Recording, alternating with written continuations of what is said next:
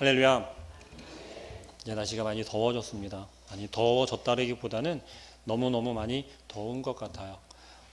갈수록 더 더워진다라고 합니다. 저지난 주인가요? 알래스카 온도가 32도까지 올라갔다고 합니다. 관측 사상 최고 높은 온도 갱신을 했다라고 하는데요. 그럴 때마다 우리에게 소개되고 기사화가 되는 헤드라인을 보면 굉장히 당장 지구에 어떤 큰 일이 일어날 것과 같은 그런 헤드라인을 가지고 기사화하고 있죠. 소개를 한다는 이야기입니다. 오늘 요한복음을 접하면서 요한복음 1장 1절에 이렇게 시작하죠. 어떻게요? 태초에 말씀이 계시니라. 이 말씀이 하나님과 함께 계셨으니 이 말씀은 곧 하나님이시니라. 이 한 절만 생각해 놓고 보면 조금은 뭔가 되게 막 거대한 어떤 정말 우리가 감당할 수 없을 만큼 큰 위대한 그 무언가를 소개하는 것과 같은, 이야기하려고 하는 것과 같이 묘사되어졌다라는 것을 우리가 좀 느낄 수 있을 것입니다. 그런데 요한복음 저자는 요한복음에서 예수 그리스도를 소개하면서 이렇게 시작하고 있다라는 것이죠. 이야기하는 바는 예수 그리스도를 소개할 때 이렇게 설명하는 것이, 이렇게 소개하는 것이, 이렇게 시작하는 것이 합당하다라고 사도 요한은 여겼던 거예요. 그래서 이 책을 시작하면서 나는 그리스도에 대해서 소개하고 이야기를 할 것인데 그 그리스도가 누구냐면 어떤 분이냐면 라면서 이렇게 시작을 하고 있습니다. 자, 성경에서 가장 위대한 사람이 누구일까요? 라고 질문을 한다면 누구를 이야기할 수 있을까요? 어찌 보면 개개인마다 각자가 조금씩 다를 수 있을 거예요. 저 같은 경우는 성경에서 누구를 좀 본받고 싶습니까? 라고 한다면 여러 사람이 있겠지만 그래도 사도 바울이 아닐까라고 생각을 해보아요. 왜냐하면 사도 바울을 생각하면 저와 같은 목회자들의 어찌 보면 좀 롤모델이 될 수도 있고요. 신앙인들도 마찬가지겠지만 특히나 목회하는 이들에게 있어서는 사도 바울과 같이 목회를 한다면 정말 은혜롭겠다. 또 어떤 사람들은 또 그렇게도 이야기하죠. 베드로와 같이 하면 좋지 않겠냐. 어찌 보면 성경에서 최초로 세운 목회자가 베드로가 아닐까라고 여기는 사람들도 있기 때문에 그렇습니다. 요한복음의 저자인 이 사도 요한은요, 특별한 사명을 가지고 예수님께 선택을 받았다라는 것을 제가 예전에 요한복음을 한번 설교하면서 말씀을 드린 적이 있어요. 사도 요한은요, 예수님에 대해서 증거하기 위해서 선택을 받았어요. 다른 사도들이, 다른 제자들이 다 죽임을 당했을 때, 순교했을 때도 끝까지 살아남아서 예수님에 대해서 증거하고 남긴 이가 바로 사도 요한이라는 거죠. 그 사도 요한이 지금 예수 그리스도를 소개할 때 이렇게 시작했던 거예요. 태초에 말씀이 계시니라. 그리고 이 말씀이 하나님과 함께 계셨으니 이 말씀은 곧 하나님이시니라 라고 이야기를 한다라는 거죠. 그리스도가 말씀, 보이지 아니하신, 그리고 아무도 본 적이 없는 하나님을 설명하는 그 말씀이다라고 소개하고 있는 거예요. 여러분 상상이 가십니까? 예수 그리스도를 만나고 예수 그리스도와 함께 관계했던 그들은 곧 하나님을 본 거예요. 하나님을 만났던 거예요. 그 감격이 얼마나 컸겠어요. 만약에 지금 예수 그리스도가 이 땅에 오셔서 이들과 함께 사역하셨던 것처럼 우리들에게 말씀하시고 우리들에게 사역을 함께 하신다면 우리는 곧 뭐예요? 하나님을 대면하고 있는 거예요. 놀랍지 않습니까? 죽임을 당하지 않고 죽지 않고 하나님을 볼 수 있는 방법은 예수 그리스도를 보는 거예요. 예수 그리스도와 함께 나누는 거예요.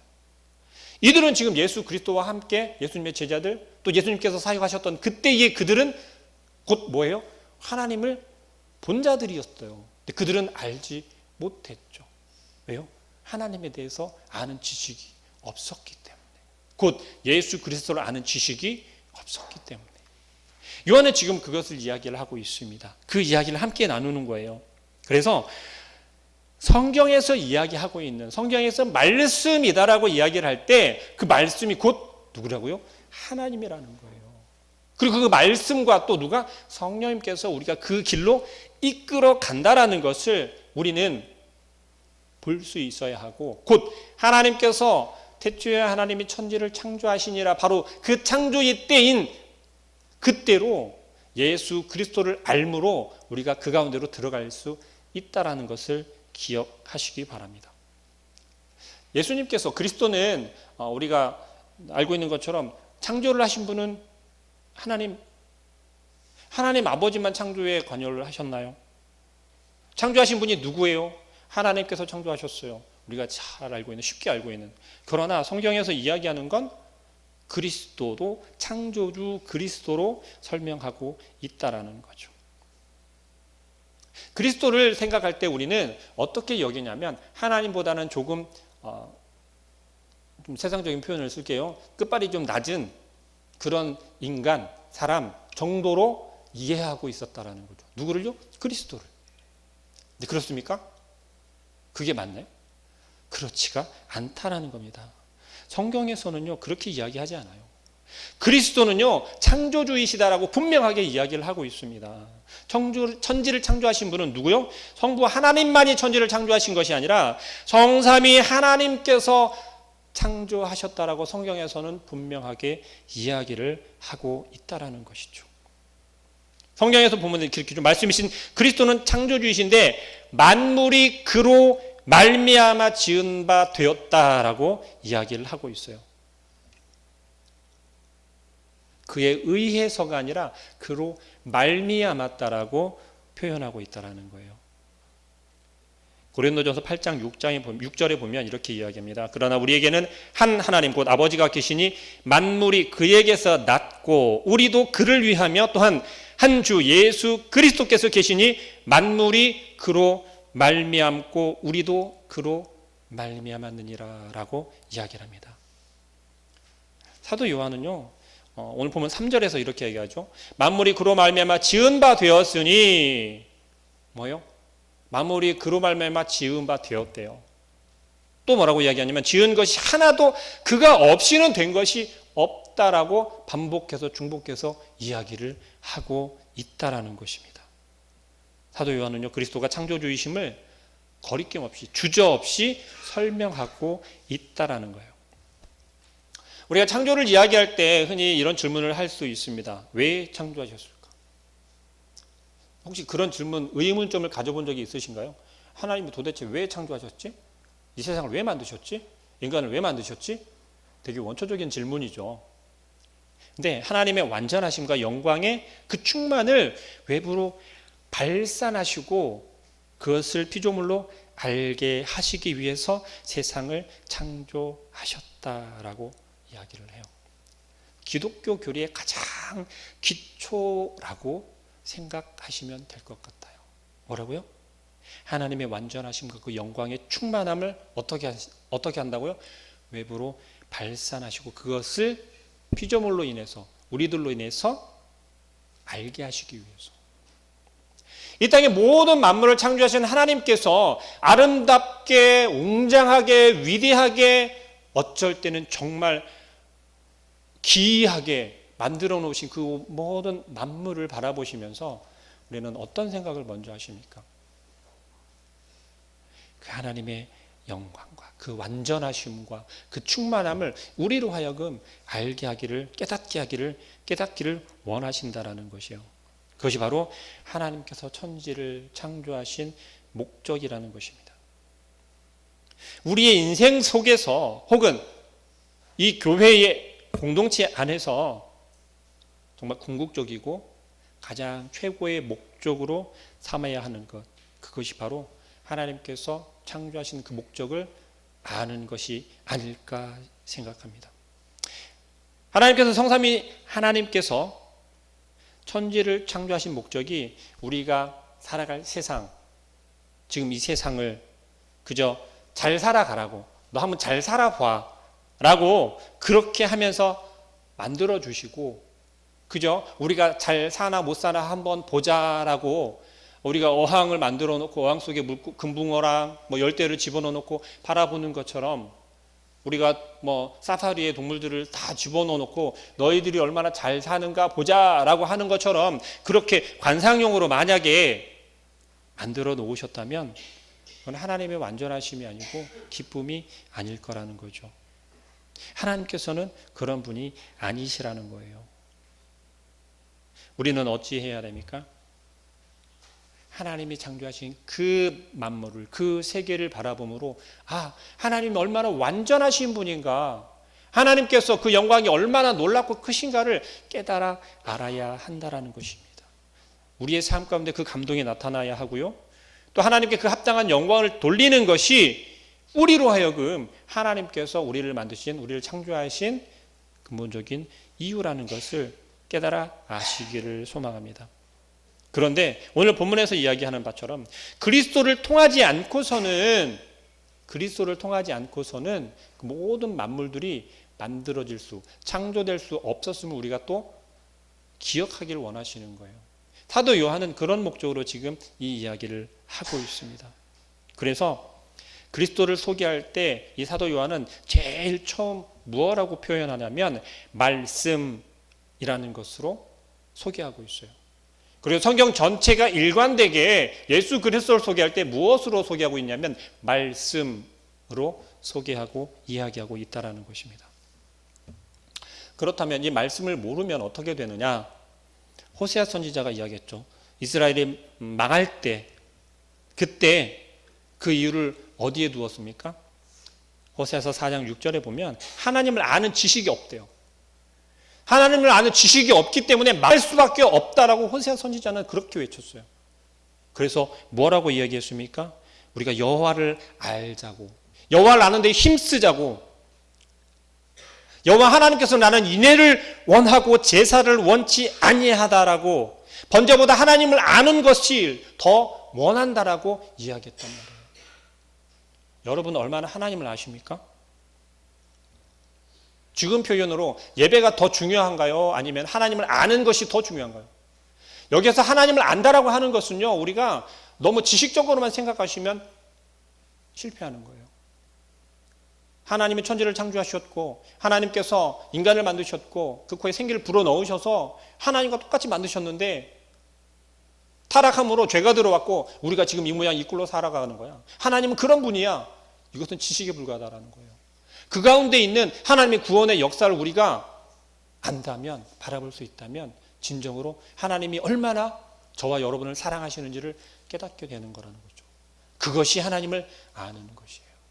하나님을 안다는 것은 하나님이 죄인인 우리를 위해서 무엇을 행하셨는지, 어떤 일을 하셨는지를 아는 것이 하나님을 아는 지식이라는 거예요. 그것이 곧 예수 그리스도, 우리가 예수 그리스도를 아는 것이 하나님을 아는 것이라는 거죠. 그것이 하나님의 말씀으로 우리에게 지금 이야기하고 있다라는 것입니다. 주님은 영생이라고 이야기하죠.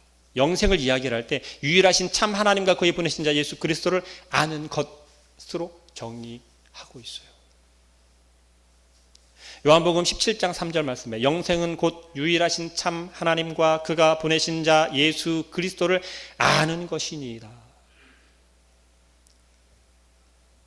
또 영생을 이야기하니까 우리 그렇게 불로장생하는 그런 영생을 생각하죠. 그게 아니잖아요. 우리의 수명이 길어지는 것을 이야기를 하는 게 아니라는 말입니다.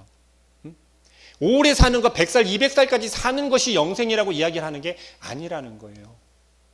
질적인 걸 이야기하는 겁니다. 질적인 거. 우리의 영생은 어디에 있습니까? 오직 예수 그리스도를 믿음으로 그 안에 영생이 있다라는 거예요. 근데 우리는 어떻습니까? 여러분 예수님 믿으시죠? 하나님 믿으시죠? 네, 죄송합니다. 저 유치부 아이들 목소리 대답하는 목소리 정도밖에 안 되는 걸 보니까 한 3분의 1 정도만 믿으시는가 봐요. 그럼 큰 문제가 되는 거예요. 제가 오전 설교 때 그랬죠. 이 창녀 이 여인은요 부끄러운 게 없었어요. 뭐 때문에요? 내 안에 그 복음이 있었으니까. 내가 구원받았다라고 하는 그 믿음이 있었으니까. 우리는 어때요 지금? 예수님 믿으시잖아요. 아니신가요? 안 믿으시는가요?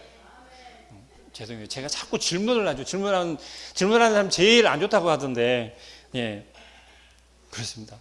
진리는 바로 예수 그리스도 바로 그 자신, 그분이라는 거예요. 우리는 그것을 기억하시기 바랍니다. 바울은 에베소 성도들을 위해서 이렇게 기도해요. 하나님을 알고 그 모든 역사를 알게 하도록 기도를 하고 있어요.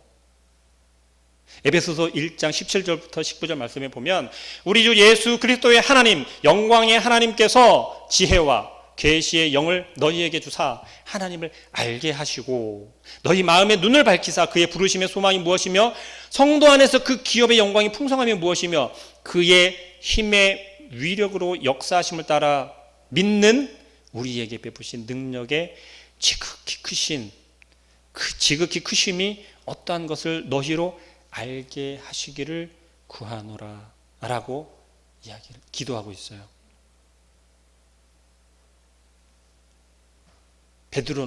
베드로후서 1장 2절에서 그렇게 설명합니다. 하나님과 우리 예수를 알므로 은혜와 평강이 너희에게 더욱 많을지어다. 그의 신기한 능력으로 생명과 경건에 속한 모든 것을 우리에게 주셨으니 이는 자기의 영광과 덕으로서 우리를 부르신 자를 알므로 말미암음이라 라고 이야기를 합니다. 여러분, 은혜와 평강이 넘치길 소망합니다. 은혜와 평강이 우리의 삶 가운데 넘쳐나길 소망합니다. 그러기 위해서는 어찌해야 한다고요?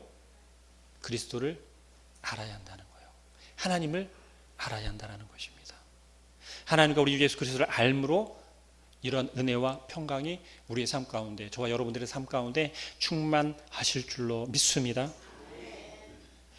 호세아 선지자와 바울의 기도, 이 베드로의 기도처럼, 권면처럼 저와 여러분들의 삶 가운데, 인생 가운데서 정말 우리의 목적이 이 땅을 살아가면서 성공하는 것, 내가 잘 사는 것, 우리의 자녀들이 호의호식하는 것, 그것이 아니고 예수 그리스도를 아는 그 지식이, 하나님을 아는 그 지식이 풍성하여지기를 소망합니다.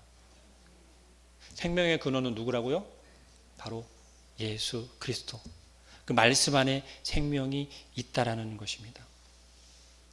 그리스도와 끊어진 관계는 그 생명이 어떻게 될까요? 죽어지겠죠. 우리의 삶 가운데 우리에게 영생이 아니라, 우리의 생명이 주어지는 것이 아니라 죽음이 주어지는 거예요. 죽을 수밖에 없는 인생이 된다라는 것입니다. 그리스도를 떠나서는 살아 있어도 산 것이 아니라는 거예요.